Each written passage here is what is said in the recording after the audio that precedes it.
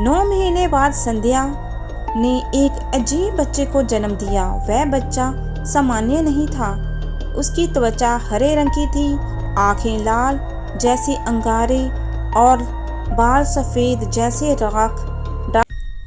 ये कहानी है एक छोटे से गांव नवलपुर की, जो एक घने जंगलों के किनारे बसा हुआ था, जहां के लोग सीधे साधे परंपराओं में विश्वास रखने वाले और अंधविश्वास से घिरे हुए थे।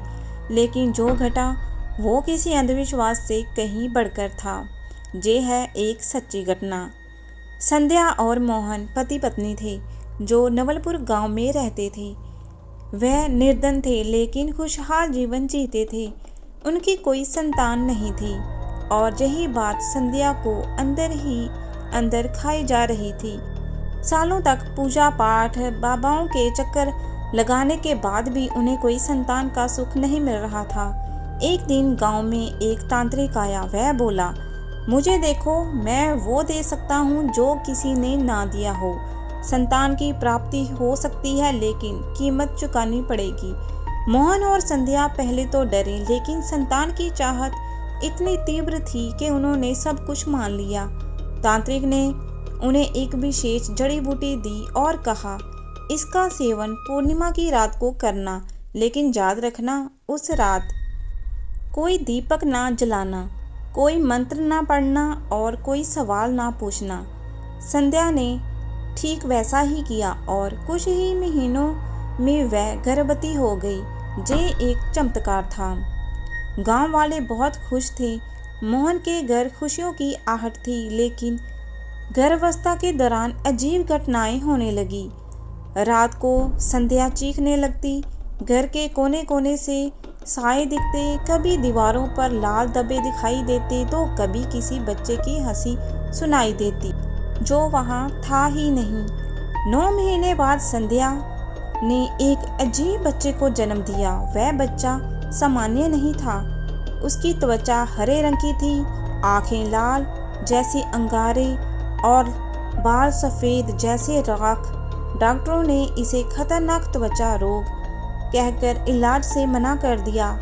गांव वालों ने इसे भूत का बच्चा कहकर दूरियां बनानी शुरू कर दी।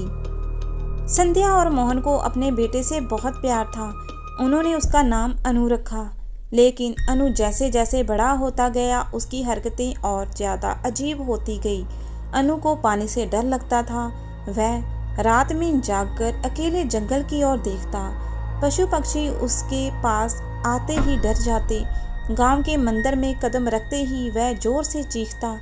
एक दिन संध्या ने उसे नहलाने की कोशिश की ठंडे पानी से, और तभी हुआ कुछ ऐसा जिसने उसकी दुनिया हिला दी। जैसे ही पानी अनु पर पड़ा, उसकी त्वचा से धुआं उठने लगा और उसके चेहरे पर डरावनी चीखें गूंजने लगी। उसका शरीर धीरे धीरे हरा होता गया और आंखों में आग सी चमकने लगी। संध्या डर से पीछे हट गई और मोहन, जो बाल्टी लाकर दे रहा था, उसे भी सब कुछ अजीब लगने लगा।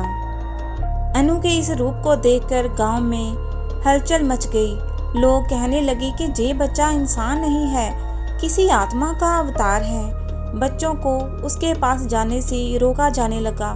मंदिर के पुजारी ने कहा, ये किसी तांत्रिक प्रयोग का फल है। ये बच्चा नहीं, एक आत्मा है जिसने जन्म लिया है। संध्या टूट चुकी थी। वह समझ नहीं पा रही थी कि माँ बनना उसकी सबसे बड़ी खुशी थी या सबसे बड़ा अभिशाप। एक रात गांव के कुछ लोग मशालें लेकर उसके घर पहुंचे। वह बोले, इसे जंगल में छोड़ दो, नहीं तो पूरा गांव खत्म हो जाएगा। मोहन ने मना किया, लेकिन लोगों ने उसका घर जला देने की धमकी दी। संध्या और मोहन अपने दिल पर पत्थर रखकर अनु को लेकर जंगल की ओर निकल पड़े। वहां उन्हें वही तांत्रिक मिला। उसने कहा, मैंने तो केवल रास्ता दिखाया था। ये आत्मा किसी और जन्म की है जो अब तुम्हारे बच्चे के रूप में आ गई है। तुम चाहो तो इसे फिर से मिटा सकते हो, लेकिन कीमत अब और बड़ी होगी। संध्या ने कहा, चाहे कुछ भी हो, वह मेरा बच्चा है, मैं उसे नहीं मारूंगी। तांत्रिक बोला, तो फिर इसे स्वीकार करो और तैयार रहो, क्योंकि ये केवल शुरुआत है। उस रात जब संध्या अनु को लेकर घर लौटी, पूरे गांव में अजीब घटनाएं शुरू हो गई। किसी के घर में अचानक आग लग गई, कहीं कुएं का पानी खून जैसा दिखने लगा, बच्चों को रात में बुरे सपने आने लगे। लोग कहते हैं वह बच्चा दिन में तो चुप रहता है, लेकिन रात को गांव की गलियों में अकेला घूमता है, कभी रोते हुए, कभी हंसते हुए, और उसकी आंखों में झांकती है वह आत्माएं जिन्हें चैन नहीं मिला। गांव वालों ने उस दिन का नाम दे दिया भूत का जन्म। और आज भी हर साल उस दिन गांव वाले अपने घरों में दीपक जलाते हैं, मंत्र पढ़ते हैं और दरवाजे पर नींबू मिर्च लटकाते हैं ताकि अनु की आत्मा उन्हें छू ना पाए। कोई नहीं जानता कि अनु अब कहाँ है। कुछ कहते हैं वह जंगल में है, कुछ कहते हैं मर चुका है, लेकिन संध्या वह अब भी उसी गांव में रहती है, सूनी आंखों से हर रात आंगन की ओर ताकती है। शायद वह जानती है कि उसका बेटा अब कोई सामान्य बच्चा नहीं रहा, वह भूत बन चुका है। शिक्षा। ये कहानी हमें ये सिखाती है कि प्रकृति के नियमों से छोड़कर कभी कभी बहुत भारी पड़ते हैं। हर चीज़ की एक कीमत होती है और कुछ इच्छाएं पूरी होकर भी अधूरी रह जाती हैं। अगर आपको आज की कहानी अच्छी लगी हो तो चैनल को सब्सक्राइब करें और वीडियो को लाइक और शेयर करें। धन्यवाद।